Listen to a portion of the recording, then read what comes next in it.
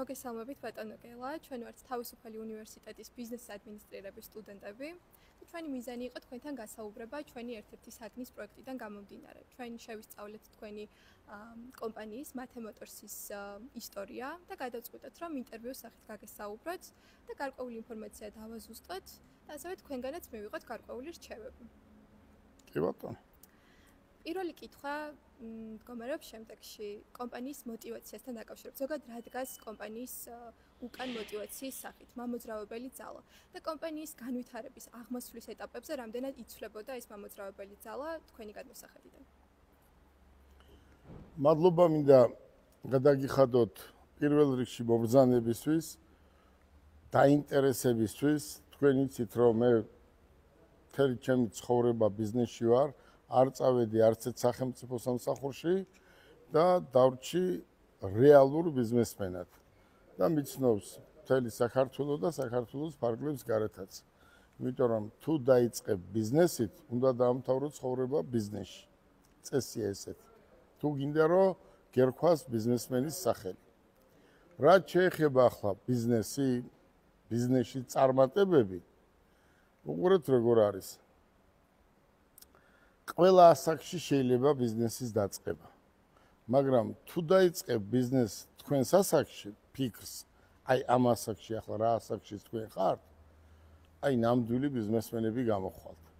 თან თქვენ ხო იფიქრეთ, რომ ჩვენ ამ მიმართულებით გვინდა განათლება მივიღოთ, ხო? ეს ძალიან კარგია. ამ მიმართულებით განათლება მიიღეთ და მე აუცილებელია განათლებასთან ერთად აუცილებელია პრაქტიკა. აი უყურე როგორ არის. ნაბეტანი განათლებული არ ვარქა. ძალიან განათლებული არ ვარქა. განათლებული უნდა იყო 70% და 100% უნდა მიიღო პრაქტიკა. ამ დროს ყველაფერი გამოგივა. მარტო ის რომ ახლა ჩვენ პრაქტიკისა განათლება და პრაქტიკა არ იცოდი არ გამოვა. აი ზუსტად ამ ასაკში არის კარგი სწავლა. ჩემი თხოვნა, ჩემი რჩევა. ყველა სტუდენტებს ამას ვეუბნები, რომ აირჩიეთ ბიზნესი. და მე მადლიერი ვარ, რომ თქვენ ბიზნესის მიმართულება აირჩიეთ. ბიზნესზე უკეთესი დღეს არაფერი არ არის. არც გუშინ არაფერი არ იყო და არც ხვალ არაფერი არ იქნება. მე გეტყვით სიმართლეს. ვერასდროს ვერავინ ვერ გეტყვის ფული საიდან მოიტანე. შენ ხარ ბიზნესმენი და იმიტომ აერჩიე ეს მიმართულება, რომ იშოვო ფული. ამიტომ ძალიან კარგი გზა გაქვთ არჩეული, აქედან იწყება ბიზნესი, როგორც გაუნათლებელი კაცის ფასი კაბიკია. განათლება აუცილებელია, მაგრამ აუცილებელია აგრეთვე პრაქტიკა. და ყველაფერს მიაღწევ და თუ როგორ უნდა დაიწყოთ, ამას შემდეგ გეტყვით. თქვენ კარგად ახსენეთ და ჩემი შემდეგი კითხვაც სწორედ ამაში მდგომარეობს, რომ ბიზნესის განათლება ზოგადად რამდენად დიდ მნიშვნელობას ანიჭებს და თვლით თუ არა, რომ შინაგანად უნდა გქონდეს ეს ასე ვთქვათ, ეგრეთ წოდებული ალღო, რაც ბიზნესის კეთებას სჭირდება და რამდენად მნიშვნელოვანია ბიზნესის სწავლა პროფესიულ დონეზე, თუ უფრო მეტად თვლით, რომ პრაქტიკას აქვს მეტწილად მნიშვნელობა. მადლობთ. უყურე როგორ არის. თუ მამა თქვენი გეუბნება, რომ პროკურორი უნდა გახდე, ვერ გახდები პროკურორი, იმიტომ რომ შენ ბიზნესი გინდა. შენ თვითონ აი როგორ არის იცი, შენ თვითონ სულით და გულით უნდა გინდოდეს. აი ის უნდა გინდოდეს, რასაც შენ მერე გააგრძელებ შენ ცხოვრებაში. თქვენ აერჩიეთ ბიზნესი, ხო? რადგან თქვენ ბიზნესი აერჩიეთ, ვიღაცამ გირჩიათ, რომ ბიზნესის მიმართულებას მიყევითო. და ძალიან კარგად ურჩევიათ და ძალიან კარგია. ამ დროს თქვენ გინდათ თქვათ ბიზნესი. მამა თქვენი ამ ბიზნესში გეუბნება, მე კაცო პროკურორი ვარ და წამოწოლილი ვარ მთელი ჩემი ცხოვრება და მილიარდელი გავხდი და რა გინდათ ეს ბიზნესი, შენც ესე გააგრძელე, არ დაუჯერო. შენ რაც გინდა, ის ისწავლე და იმ გზით იარე. რომელიც აი მაგალითად ძალიან კარგი პროფესია ექიმობა.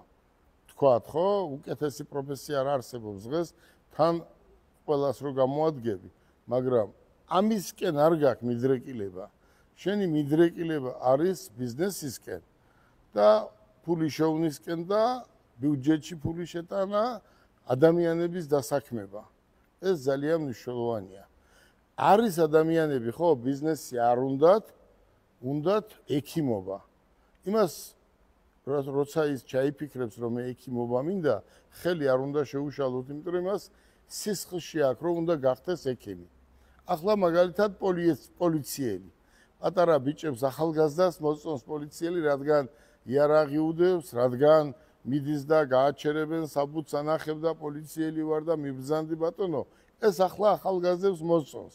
მაგრამ შენ თუ პოლიციელად არ დაიბადები, არ გინდა პოლიციელობა. თუ შენ სული და გულით მოტივირებული ხარ, პოლიციელი გინდა გამოხვიდე, მაშინ ისწავლე იურიდიულზე და გახდი პოლიციელი. ესაა ჩემი პასუხი. გასაგებია და შემდეგი კითხვა მინდა დაგისვათ სწორედ აი ამ ვიდეო ჩანაწერებთან დაკავშირებით. ჩვენს TikTok-იდან გიცნობთ უმეტესად, ჩვენი თაობა სწორედ ასე გიცნობთ და მაინტერესებს აი როდის მიხვდით, როდის გაიაზრეთ პირველად, რომ აი ეს მარკეტინგულ სტრატეგიად გექციათ, ასე ვთქვათ, ეს ვიდეოები, TikTok-ის ტრენდები, როდის მიხვდით, რომ ძალიან დიდი გავლენა აქვს მართლა და თქვენი ცნობადობაც ერთიორად გაიზარდა, ასე ვთქვათ, ამ მიდგომის შემდეგ და მარკეტინგულ სტრატეგიად როდიდან აქციეთ? მე ვიყავი მე სიმართლეს გეტყვით, იმიტომ რომ ეს მე ტყუილი არასდროს არ მithქვი, ეს ძალიან მნიშვნელოვანია ეს კითხვა. მე ვიყავი ერთი ჩვეულებრივი ოჯახის შვილი.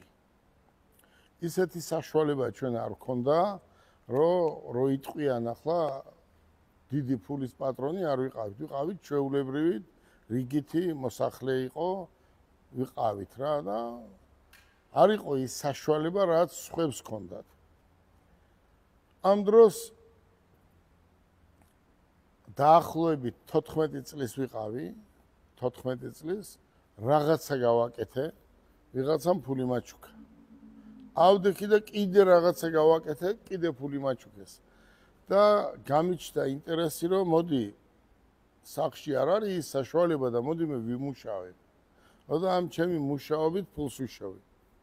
აი დაიჯერებთ, რომ 14 წლის რო ვიყავი, აი ამ წუთამდე მე სულ ვმუშაობ. ჩემი ოცნება იყო შემდეგ უკვე რო გავიზარდე, თქვენ წარმოიდგინეთ, თქვენ რამდენი წლის ხართ?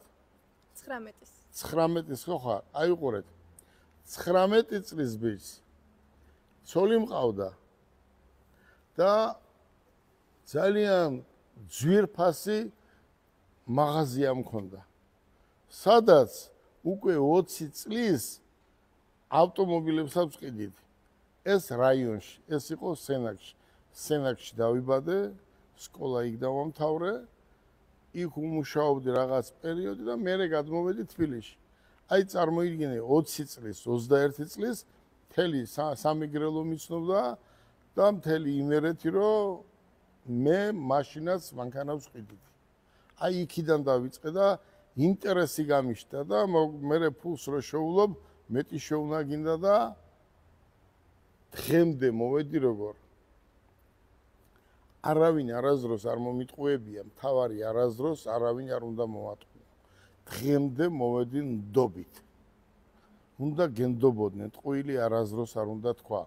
ჩემი ერთ-ერთი ოცნება იყო თქვენი ტოლი რო ვიყავი კი არა ცოტა უფრო პატარა, როცა ფიზიკურად ვმუშაობდი, რომ ოდესმე დადგება ის დრო, რომ გელა ბარკალაიას ერთი პატარა კაბინეტი ექნება. და ერთი ბენზონ კალონკას რო ვეძახით, ხო იცით? და აქ ერთ დღეს მივედით, პატარა რო ვიყავი. მეზობელს გავყევი სადღაც და ბენზინს ასხამდა. და კაცი იჯდა, პატარა კაბინეტი ჰქონდა და თხოვე რომ შეიძლება მეთქი შენ სავარძელში დავждე. და ერთი სურათი გადავიღო მეთქი. კიო ბიზიაო მითხრა და ეს იყო ჩემთვის ძალიან დიდი რამ, რომ მე პატარა მაგიდაზე დავჯექი და ვითომ კაბინეტში ვზივარ. ამაც ძალიან დიდი მოტივი მომცა და აი ესე დღემდე ერთი დღე არ დამისვენია ქვია. და მთავარი აი ეს პატარა ბიჭი რო ვიყავი. იქიდან დღემდე არასდროს მე პარტნიორი არ მყოლია. მე რო პარტნიორი მყოლოდა, ამას ვერ შევქმნიდი. მე დუბაიშიც იგივე მაქვს, ჩინეთშიც ვარ, თურქეთშიც ვარ, საქართველოშიც ვარ და ნებისმიერ სოფლიოს ნებისმიერ ადგილზე მიმესვლება, იმიტომ რომ სოფლიო გამოფენის წევრი ვარ და ყველგან მყავს მეგობრები, პარტნიორი თუ არ არის, მეგობრები მყავს და აი ეს არის ძალიან დიდი შრომის შედეგი. მე ხო ნოლიდან დავიწყე. ახლა ჩემი შვილი თქვენი ტოლია. 22 წლისაა მათე. მე რო ადამიანს შევიცოდებ და მე რო ხელს გაუწოდებ, მე რო დავეხმარები, არა მგონია ისე რომ მათე დაეხმაროს. ყველა ვარიანტში ვეხმარები მათეს, ვასწავლი, მოდი, იმუშავე, ნახე, ყველგან დამყავს. მაგრამ მე ძალიან ცუდი გზა გამოვიარე. შრომის შედეგი არიციან. თქვათ, აი შრომის შედეგი.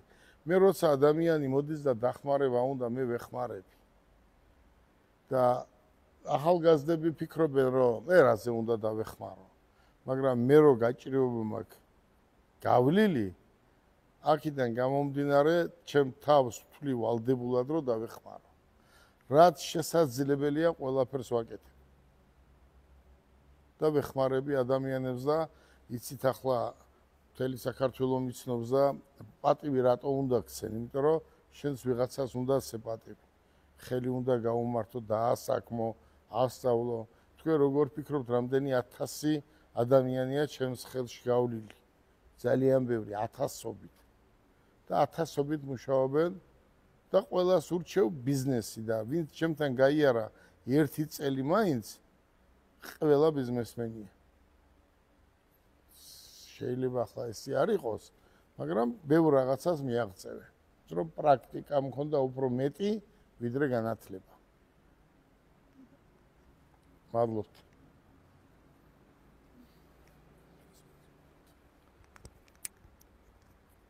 გამარჯობა ისევ. და ჩემი კითხვა არის, მაინტერესებს კონკრეტულად მათე მოტორსის წარმოშობის ისტორიის განმავლობაში რა სირთულეებს და პრობლემებს წააწყეთ. რამაც შეიძლება ის შედეგი არ დადო, რომელსაც მოლოდებოდით. მადლობთ. უყურეთ როგორ არის. ხო გითხარით, რომ 21 წლის უკვე მაღაზია მქონდა, პატარა მაღაზია. იმის შემდეგ ჩემი ოცნება იყო, რომ მე გამختار ვიყავი ბიზნესმენი. მაშინ ყველაფერს ვაჭრობას ეძახოდნენ. რაც არ უნდა ბიზნესმენი ყოფილიყავი, მაინც სახელი ქონდა ვაჭრობსო. მე შეიცვალა ეს სახელი ვაჭრობა და შეიცვალა ბიზნესი და ბიზნესმენი. უყურე როგორ არის. ძალიან რთული ამას რომ მიაღწიო, ძალიან რთული გზა გავიარე. რატომ? არ გაძლევენ საშუალებას, არ გვაძლევდნენ საშუალებას. იცით, მაშინ იყო კომუნისტების დროს ობეხეს. თუ დაგინახავენ, რომ ცოტა წინ წაიწიეთ, დაგზდევდნენ სულ პავკა იღლიაში ქონდათ, მართალი იყავი თუ არ იყავი მართალი, მაინც რაღაცას გავიწროებდნენ. მაგრამ თქვენ წარმოიდგინეთ ახლა, რომ მე დაუბადებულიყავი ევროპაში. სადაც მე შემიწყობდა ხელს სახელმწიფო. არა, კი არ შემიწყობდა, ხელს არ შემიშლიდა. აი მინდა გითხრათ კაცურად და ეს დაიმახსოვრეთ. ჩემთვის ყველა მთავრობის დროს ხელი რო არ შეეშალათ, მე დღეს 15-20,000 ადამიანი მეყოლებოდა დასაქმებული. მე დღეს ჩემით მოვედი მაინც აქამდე, მიუხედავად ძალიან დიდი სირთულეებისა, მაინც ყველა ეს რთული გზა გადავლახე და დღემდე მოვედი. ახლა თუ ადამიანი დამისვამ შეკითხვას, თქვათ, აი ის სირთულე რაც შენ გაიარე, აი რო იცოდეთ, ახლა იწყებ თავიდან ბიზნესს და ეს სირთულეები იქნება, შეიძლება ვთქვა, რომ არ მინდა მეთქი. ეს როგორ არის, იცი, ერთი სირთულე გადავლახე, მერე მეორე გადავლახე, მერე მივეჩვიე, მერე შეცდომა დაუშვი, ის შეცდომა გამოვასწორე და ამ შეცდომებით, დალაპარაკებით, ხო იცით როგორ არის საქართველოა, ნაცნობობით, იმით, ამით დღემდე მოვედი და მოვედი ისე რომ ერთი პარტნიორი არ მყოლია 62 წლის განმავლობაში. და მათე მოტორსიც იმიტომ დავარქვით ამას, რომ დაახლოებით მათე 22 წლის უკან დაიბადა და მათე რო დაიბადა მათე საპატივცემლოდ დავარქვით მათე მოტორს. და აქედან წარმოიშვა ეს სახელი და დღეს ერთ-ერთი წარმატებული ბიზნესმენი ვარ ამ სფეროში. არასდროს არ წავედი არც დეპუტატად და არც სხვა თანამდებობებზე, იმიტომ რომ ეს არის ჩემი საქმე, სანამ ცოცხალი ვიქნები აი ამ ბიზნესში და რა თქმა უნდა შემდეგ გადავაბარებ მათეს. ახლა მათე არ მეხმარება, არ არის ძალიან მეხმარება, იმიტომ რომ მათემ უკვე აითვისა ეს ბიზნესი როგორ უკეთესია, დამყავს ყველგან, ყველაფერს ხედავს და ერთად დავდივარ თითქმის და მე ნელ-ნელა მათე ჩაერთვება რა. მადლობა. მოგესალმებით კიდევ ერთხელ. ესე იგი, მე მაინტერესებს ესეთი მნიშვნელოვანი კითხვა, თქვენი როლი, მათე მოტორსის როლი ავტოინდუსტრიაში, საქართველოს ბაზარზე. აი, რომ არა მაგალითად თქვენი ბიზნესი, კომპანია რა იქნებოდა დღეს? მე გითხარით, რომ საქართველოში ნომერ პირველი კომპანია იყო მათე მოტორს. თქვენ წარმოიდგინეთ, მათე რო დაიბადა, მაშინ საქართველოში ერთი ცენტრი არ იყო. აი თქვენ რო დაიბადეთ 22 წლისა, 19 წლის ხო ხართ? 19 წლის უკან, ხო, საქართველოში ცენტრი არ იყო, ესეთი ცენტრი სად იყო? იყო რაღაცა 2-3 პატარა, აი, არც თვლიდნენ ცენტრად. პირველი ცენტრი, რასაც ქვია, აი ეს არის როგორ იცით? მე არ ვყიდი მარტო ერთ ავტომობილს. მე ვყიდი ბევრ სხვადასხვანაირ ავტომობილს. მულტიბრენდული კომპანია მათე მოტორსი პირველი კომპანია იყო მაშინაც და მიუხედავად იმისა ყოველდღე ხელის შეშლები მაინც დღემდე მოვედი და ამ სფეროში როგორც მულტიფუნქციური კომპანია მათე მოტორსი მე ვთვლი რომ მაინც ჩვენ პირველები ვარ დღეს მარტო საქართველოში კი არა კავკასიაში.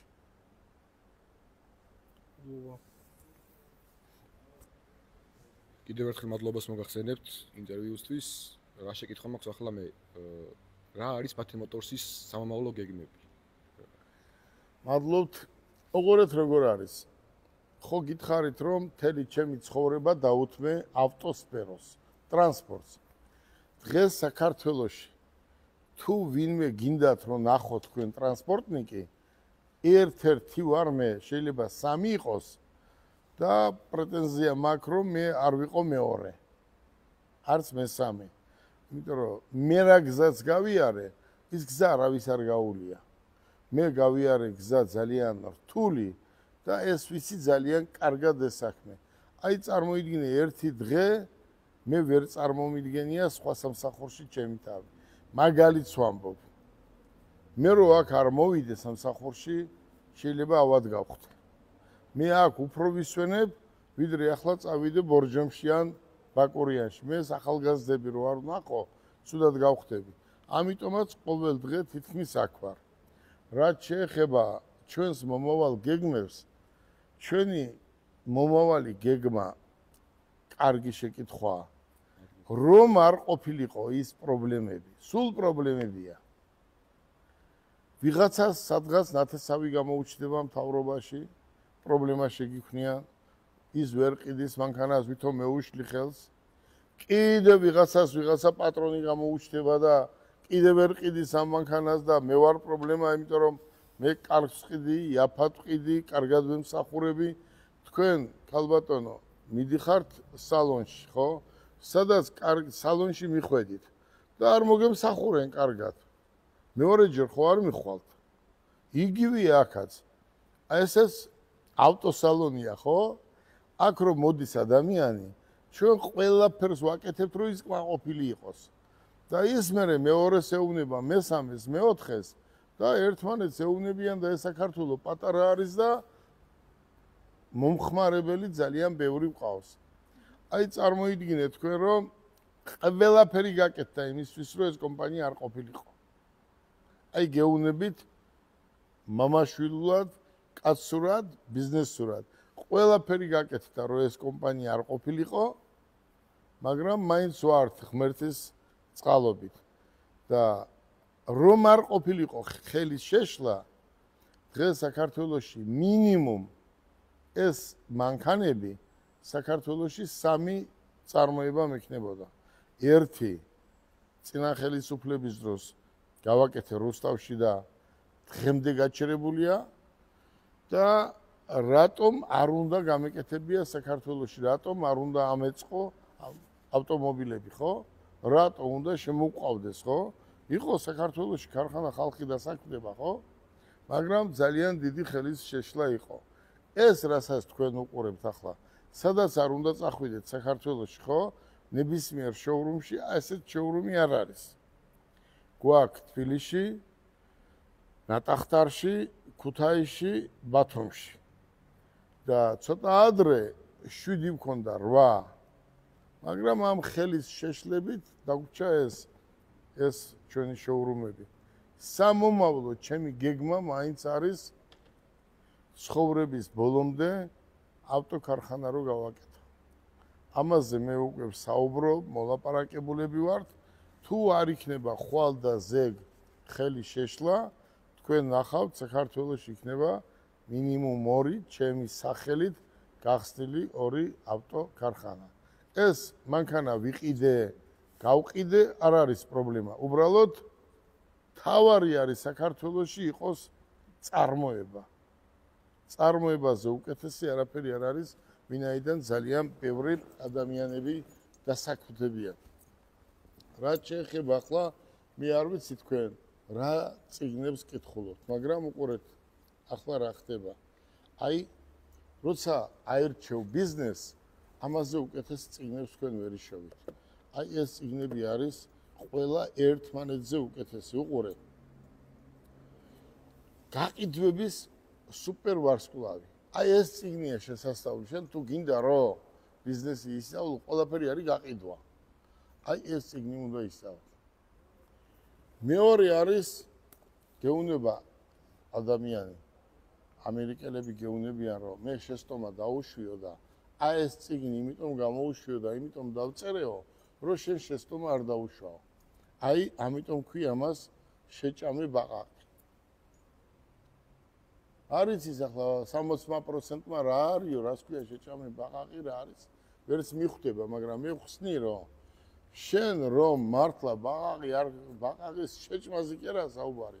შეცდომა არ დაუშვა და პრობლემა არ შეგექმნეს, აი ეს სათაური დააწერა და ეს წიგნი უნდა წაიკითხო 2-ჯერ, 3-ჯერ, რომ ბიზნესში შეცდომა არ დაუშვა. მესამე წიგნი არის აკოცე ბაყაყს. რაც ქვია ბაყაყს აკოცე, ვერ გაიგებს ამას ხალხი, ხო? აი ეს არის დღეს საუკეთესო წიგნი თუ ბიზნესი გინდა ისწავლო. რო არ აკოცო ბიზნესს, იმას რო არ აკოცო ბაყაყს, იმიტომ ეს წიგნი უნდა წაიკითხო. აქ წერია, როგორ უნდა იყიდო, როგორ უნდა გაყიდო, როგორ უნდა მართო კომპანია და როგორ უნდა უხემძღვანელო კომპანიას. აქ არის ყველაფერი მოცემული. ეს ძალიან კარგი წიგნებია. უყურე როგორ არის. თვითონ თქვენ კარგი შეკითხვა დამისვით, რომ თქვენ უნდა იცოდეთ რა გინდა ცხოვრებაში. თუ შენ ცხოვრებაში აირჩევ ექიმობას, ექიმობა უნდა იყო. თუ გინდა ბიზნესი, ბიზნესი უნდა იყო. თუ გინდა რომ იყო პოლიციელი, პოლიციაში უნდა წახვიდე და იქ უნდა იმუშაო. თქვათ, მაგრამ მე გელაბარკალაია გირჩევთ ბიზნესს. უყურეთ. ეს წიგნი საუკეთესო წიგნია. ანახეთ. შენი თავის მართვა. შენი თავი შენ თვითონ უნდა მართო. შენ თავს უნდა უთხრა, მე არ მინდა პარტნიორი. კონდეს ის ცოტა და ვიყო მარტო. თქვენ ხედავთ, იქ მოკლეს, აქ მოკლეს, იქ პარტნიორმა გაიყვნენ, საქმეებს არჩევენ, პროკურატურაშია, სასამართლოშია, ორივე საქმე უკვე იცით, წაჩხუბდით, პირველ დღეს ფული რო არ ქონდათ, ძალიან კარგად იყავით ერთმანეთთან. ფული რო იშოვეთ, მაშინ უკვე ვერ რიგდებით. ადგა ეს კაცი და აგერ გაგიხსნა წინ ის, რასაც შენ აკეთება აქ, კონკურენტი გახდით ერთმანეთის და აგდეთ ფასი, არ შენ ხარ მოგებული ამ დროს და არ შენ. ამიტომ ბიზნესს როცა დაიწყებ, შენთვის გააკეთე ეს ბიზნესი და პატარა იყოს მოგება, მაგრამ იცი რომ შენია. რაც შეეხება ეს რა არის საუკეთესო წიგნი. იფიქრე და გამდიდრდი. უნდა იფიქრო, მთელი ღამე კი არ უნდა დაიძინო. როცა და წამოწვევი, მაშინაც უნდა იფიქრო, რომ აი როგორ შეიძლება გამდიდრდე, ხო? აგერ წერია, იფიქრე და გამდიდრდი. ახლა მე რა გავაკეთო აქ მაგ 5 წიგნი. ეს წიგნები არის ძვირფასი წიგნი. ჩემთვის ყველაზე მაგარი წიგნი მაინც არის ყველა კარგია. მაგრამ შეჭამი ბაყაყი და ამას გაჩუქებ თქვენ. აკოცე ბაყაყი ეს არის საუკეთესო წიგნი. და ეს აუცილებლად უნდა ისწავლოთ. ამას ისწავლი და ბიზნესის 20-30% უკვე გაკეთებულია და ამას თქვენ გაჩუქებთ. ახლა უყურეთ ეს რა არის? გაყიდვების სუპერ ვარსკვლავი, ხო? აი ეს ყველაზე მთავარია, ხო? ყველა მთავარია, ყველა წიგნი ერთმანეთზე უკეთესია. არის გაყიდვების სუპერ ვარსკვლავი. აი ეს წიგნი გასწავლის თუ როგორ უნდა იყიდო და თუ როგორ უნდა გაყიდო. ამას გაჩუქებთ თქვენ. ახლა თქვენთვის ავარჩი ეს წიგნი. როგორი რამდენი ოქრო ახატია ზევით? იფიქრე და გამდიდრდი. ძილის დრო არ არის.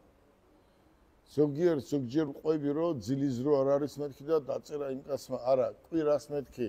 თუ სამუშაოა, ახალგაზრდამ კვირასაც უნდა იმუშაოს და დაისვენე ორშაბათს. ვინმე გეუბნება რომ სადმე წერია კონსტიტუციაში რომ კვირას არ შეიძლება მუშაობა. კვირასაც იმუშაო თუ რამე ხეირი არის. და ორშაბათს ხეირი რო არ იქნება დაიძინე ორშაბათს, სამშაბათს, ხო?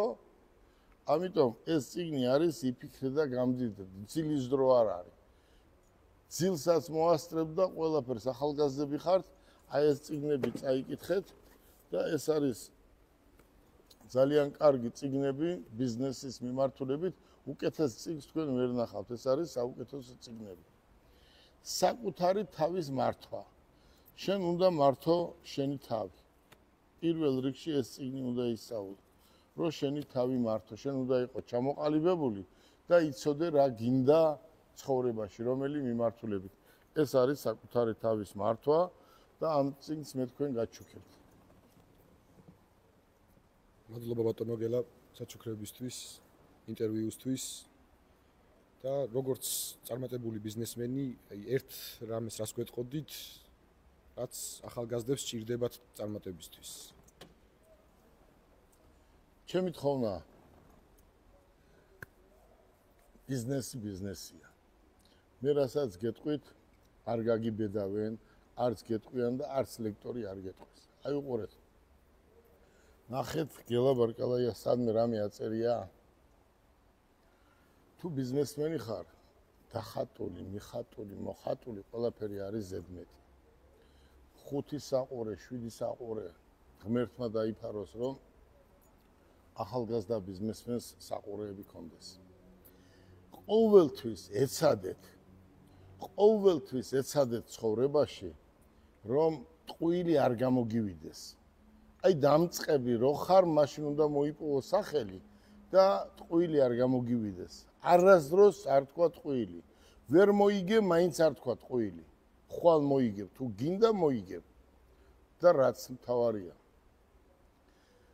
ვისთანაც არ უნდა იყო, სადაც არ უნდა გააკეთო ბიზნესი, აუცილებლად უნდა იყოთ მოწესრიგებული უმაღლეს დონეზე. თავარი არის ვიზუალი, ჩაცმა.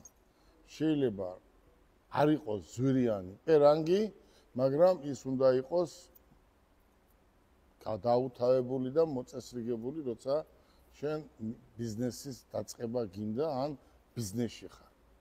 თავარი ბიზნესში, დიდ ბიზნესში რო გადახვალთ და გახდებით სოფლიო გამოფენის წევრები, მე თუ გავხდით თქვენ რატო არ გახდებით, თქვენ უფრო ადრე გახდებით. შეხვედრაზე არასდროს არ უნდა დააგვიანოთ. თუ თქვენ დააგვიანეთ შეხვედრაზე, ახლა იციან აქ, იცი რა მარშრუტკა საბურავი დაეშვა, იცი რა ტრაფიკი იყო იცი რა, არა, იცი რა, არ ვიცი. ბიზნესმა იცი რა, არ იცის. ბიზნესმა იცის ერთი რამ. ჩვენ შეთანხმებულები ვართ პირველ საათზე და კეთილი ინებია და 1 საათი დადრე წამოდი. თუ მანქანას საბურავს დაუშვებ, სხვა მანქანით მოდი. ბიზნესმა არ იცი, შენ აქ ვერ აუხსნი. მაღალი დონის ბიზნესმენი გელოდება და შენ მას ვერ აუხსნი, რომ საბურავი დაიშვა თუ სახში უთო არ ქონდა, სეროჩკა რომ დაგეუთაებია. ეს ყველაფერი წინასწარ უნდა მოაგვარო და აქ უნდა იყო 9 საათით ადრე, რომ ზუსტად შეხვდე იმ ადამიანს, ვისაც უნდა შეხვდე. შენ არაფერს არ გეტყვის, რომ დააგვიანო, მაგრამ მეორეჯერ არ შეხვდება. მეორეჯერ არასერიოზულ პარტნიორს ჩაგვდის, არასერიოზულ ბიზნესმენად ჩაგვდის და არ ეცდება მეორეჯერ შეხვდეს, ან შენთან ბიზნესი გააკეთოს. ბევრი რამეა ცხოვრებაში, ბევრი რამე, ძალიან ბევრი რამეა, მაგრამ პირველი გოგოებო და ბიჭებო, არ დაგეზაროთ. აი ამ დროს არის განათლების მიღება აუცილებელი და ადვილი. თქვენ ახლა სხვა საქმე არაფერი არ გაქვთ. თქვენ ახლა უნდა ისწავლოთ. მაქსიმუმ უნდა ისწავლოთ. აუცილებელი არის ინგლისური ცოდნა. აუცილებელი არის რუსული ცოდნა. აუცილებელი არის რაღაცა კომპიუტერის რაღაც პროგრამების ცოდნა და თუ სხვა ენას ისწავლი, კიდე უკეთესია. ახლა ჩემთან მოდიან, დაუშვათ 100 ადამიანი მოდის და 100-დან 10-ის მეტმა არ იცის რუსული. 10-ის მეტმა არ იცის ინგლისური. მოდის და კიო მე ვიციო ინგლისური, მაგრამ არ იცის. ის ინგლისური არ არის.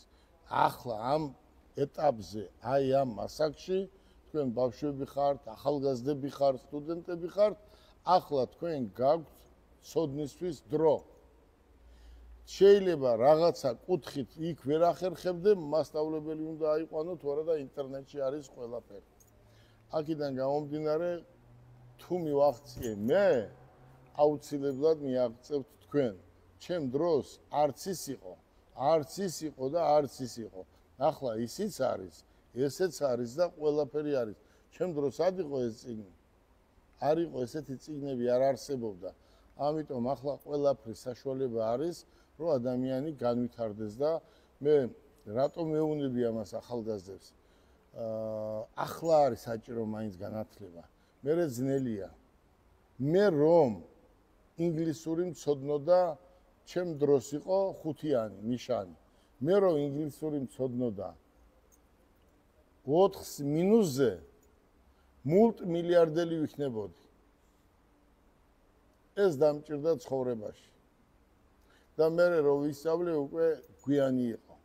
და ახლაც არ ვიცი მე იმ დონეზე რომ გამოვიდე და გამოფენაზე ლექცია წავიკითხო, სიტყვაზე თქვა, იმ დონეზე, მაგრამ მე ჩემი გამოცდილებით, აი ამ 60 წლის გამოცდილებით ყველაფერს ვაგვარებ და ყველაფერს ვახერხებ. მაგრამ ეს მე ძალიან რთული გზა გავიარე და არავის არ უსურვებ იმ გზების გავლას და არც არის ახლა საჭირო, იმიტომ რომ იმდენად ბევრი წიგნებია, ინტერნეტია და ეს არც ერთი საჭირო არაა. ადამიანი საერთოდ ბიზნესს სწავლობს შესტომებიდან და თქვენ სკოლაში დადიხართ, მასწავლებლები ყავთ, ჩემნაირ ადამიანს შეხვდებით და იმდენს გეტყვით, რომ შესტომა არ უნდა დაუშვათ. გისურვებთ წარმატებას, თუ რამე გაქვთ კიდევ შეკითხვა, მზად ვარ. შეკითხვა არ გვაქვს, თუმცა მეც მინდა რომ მადლობა გადაგიხადოთ. ძალიან დიდი პატივისცემა მინდა გამოვხატო ჩემი პირადად და ჩემი თავობისაც. ვიტყოდი, იმიტომ რომ ზოგადად კომპანიებს, როცა გავეცანით ჩვენ და ამ კურსის განმავლობაში, ჩვენი პროექტის განმავლობაში, ძირითადად კომპანიების სხვადასხვა სპეციფიკა შევისწავლით, კვლევებს ვაკეთებდით ამ კომპანიების შესახებ და თქვენ შემთხვევაში არის, ანუ გამონაკლისი ხარ შეიძლება ესე ითქვას, იმიტომ რომ ჯერ თქვენ ფიგურას ვიცნობთ, გელა ბარკალაიას და შემდეგ ვიცნობთ უკვე კომპანიას და აი ამ კომპანიის პროდუქტს.